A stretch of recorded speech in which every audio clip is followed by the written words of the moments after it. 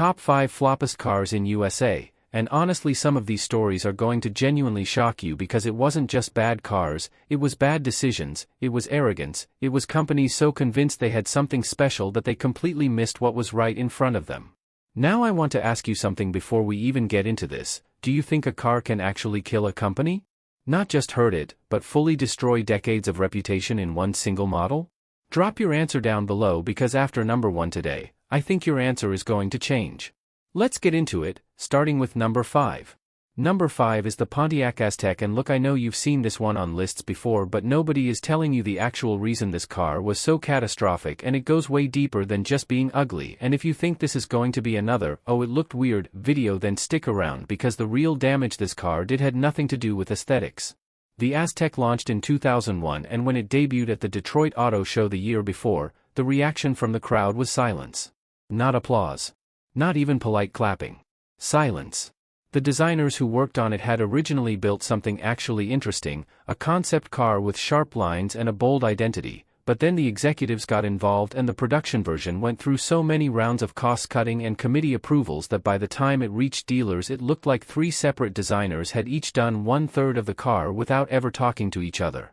It had a plastic lower body cladding that looked like it was bolted on from a different vehicle entirely, a greenhouse roofline that somehow looked both too tall and too flat at the same time, and a rear end that nobody at GM apparently had the authority to question out loud. The internal surveys showed problems early. There were people inside the building saying this isn't right, but the car was too far into production to pull back and GM had already committed the budget. Now here's the part that actually matters. Pontiac's entire identity in the late 90s had been built on cool. The GTO was coming back, there was real energy around the brand, and then the Aztek hit, and it didn't just fail on its own, it dragged the brand's reputation through the mud for years. Sales were projected at around 70,000 units a year and they never got close to that, not once. By the time production ended in 2005, the damage to how people perceived Pontiac was permanent, and by 2010 GM had killed the brand entirely. You can't put all of that on one car, but the Aztek is the moment the clock started ticking. Moving to number 4, and this one is a little different because it wasn't ugly, it wasn't poorly built, it was actually fine mechanically, and that almost makes it sadder. Number 4 is the Ford Edsel, and if you know the name you already know what's coming, but if you don't, hold on because this is one of the most expensive miscalculations in automotive history. Ford spent $250 million developing and marketing the Edsel before a single car sold, and in 1957 money that was an almost incomprehensible figure. The hype campaign was unlike anything the auto industry had done before. Ford kept the car completely under wraps for over 2 years, running teaser ads, creating mystery around it, and by the time E-Day came in September 1957 the entire country was waiting. And then they saw it. The vertical grille in the center of the front end, which Ford designers actually called a horse collar, was supposed to be distinctive and modern. The public thought it looked strange, some people thought it looked like a toilet seat, and that comparison spread so fast through word of mouth that Ford's marketing team was powerless to stop it. But the styling wasn't even the main problem, it was the timing. The Edsel launched right as the American economy hit a recession and buyers who had been interested in a mid-priced car suddenly weren't spending money on anything. On top of that, the car had real quality problems in that first year. Dealers were getting vehicles with faulty push-button transmissions, oil leaks, trim that didn't fit right, and because the hype had been so intense the disappointment hit twice as hard. People felt like they'd been sold something that wasn't delivered, and in 1958 America that kind of word of mouth moved fast. Ford sold barely over 60,000 Edsels in 1958, then around 45,000 in 1959, and by November 1959 the whole program was cancelled after just over 100,000 total sales against a target that was supposed to be far higher. The losses have been estimated at around $350 million when it was all said and done. The Edsel became so synonymous with failure that it entered the American vocabulary as a word for any product that doesn't live up to its own expectations. That's a legacy, just not the kind Ford was hoping for. Number 3 is the Ford Pinto, and I want you to understand something about this one because it's not just a flop story, it's a story about what happens when a company treats human lives as a line item and gets caught doing it. The Pinto launched in 1971 and Ford's goal was straightforward: build a small cheap American car that could compete with the Volkswagen Beetle and the wave of Japanese imports that were starting to take real market share. The car came in under $2,000 and for a while it sold reasonably well. That's the part people forget. The Pinto wasn't an immediate disaster. It took a few years for the nightmare to fully surface. The problem was the fuel tank placement. It sat behind the rear axle, which meant in a rear-end collision the tank was vulnerable to being punctured by the differential bolts, and that could cause a fire. Ford engineers knew about this during development.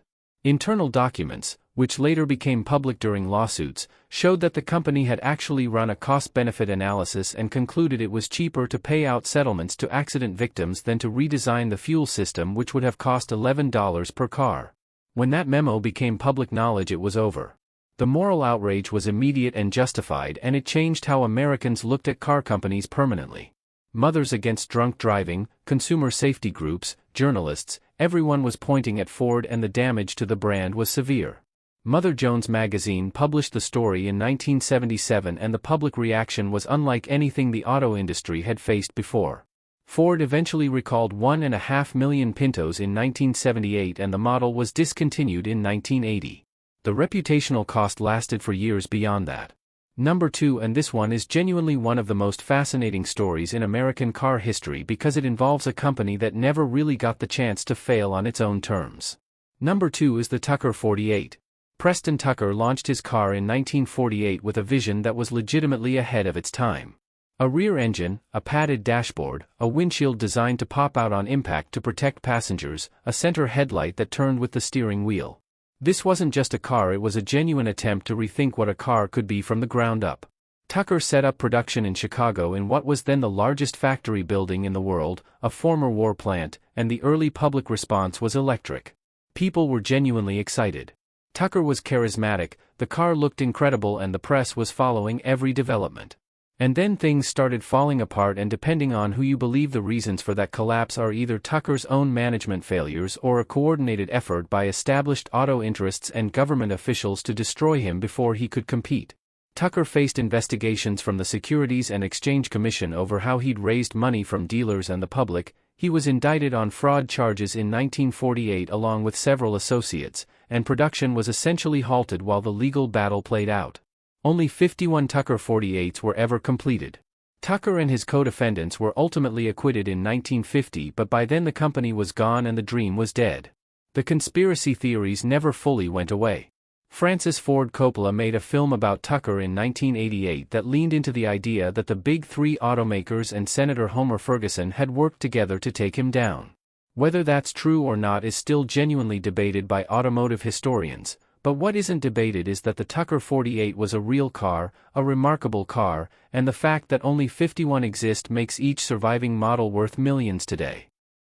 If you had bought a Tucker 48 brand new in 1948 and kept it in a garage somewhere, you'd be sitting on somewhere between $1 and $2 million right now. That's the kind of irony that keeps this story alive. And then there is number 1. And honestly, if I had to pick the single flop that tells you the most about how fast hype can turn into humiliation, this is it. Number 1 is the DeLorean DMC-12, and before anyone says anything, yes, I know this car became a cultural icon because of Back to the Future, but that movie came out in 1985 and the company had already collapsed in 1982, which means everything you associate with the DeLorean as cool came after the company was already dead, and that is such a specific kind of irony. John DeLorean had been one of the most celebrated executives at General Motors. He created the GTO, he's credited with helping build the muscle car era. He was the golden boy of American automotive ambition. When he left GM in 1973 and announced he was going to start his own car company, people believed him. The backing was real, the attention was real, and he convinced the British government to fund a factory in Northern Ireland with something in the region of $100 million in public money because he sold them on the promise of thousands of jobs. The DMC-12 launched in 1981. It had a stainless steel body, gull-wing doors, and a mid-mounted engine. It looked like nothing else on the road, and that was the whole point. But the reality underneath the skin was disappointing. The engine was underpowered, a 2.8-liter V6 that made around 130 horsepower, which meant the car that looked like a supercar drove like a regular sports car at best. The build quality had real problems, gaps in the panels, electrical issues, and the stainless steel exterior showed fingerprints and scratches in a way that frustrated owners from day one. The price came in at around $25,000, which in 1981 put it in genuine competition with the Porsche 911, and at that price point the performance gap became unforgivable. Sales started slowing, the company was running out of money, and then in October 1982 John DeLorean was arrested in a sting operation where he was caught on video apparently agreeing to finance the company through a cocaine deal. He was eventually acquitted in 1984 after arguing entrapment, but the arrest in 1982 was the final moment. The company went into receivership almost immediately after, and that was it. About 9,000 DMC-12s were built in total. The irony is that a surviving DeLorean in good condition today sells for somewhere between $30,000 and $60,000, more than double what they cost new, and the waiting list for restoration parts is real. The car that couldn't survive its own launch is now one of the most sought-after collector vehicles in America, and honestly, if that doesn't tell you something about how the market works, then nothing will. These 5 cars didn't just fail. They each failed in a completely different way, through arrogance, through timing, through greed, through ambition that ran ahead of reality, and through systems that sometimes crush the thing worth keeping. That's what makes vintage car history hit different from any other kind of story, because you're not just looking at metal, you're looking at decisions made by real people under real pressure, and you can see exactly where the line was crossed. If you made it this far, do me a favor and hit like on this one, because these kinds of deep dives take real time and it genuinely helps the channel get this in front of more people who care about this stuff. And if you answered my question at the start, drop it below. I actually read those comments.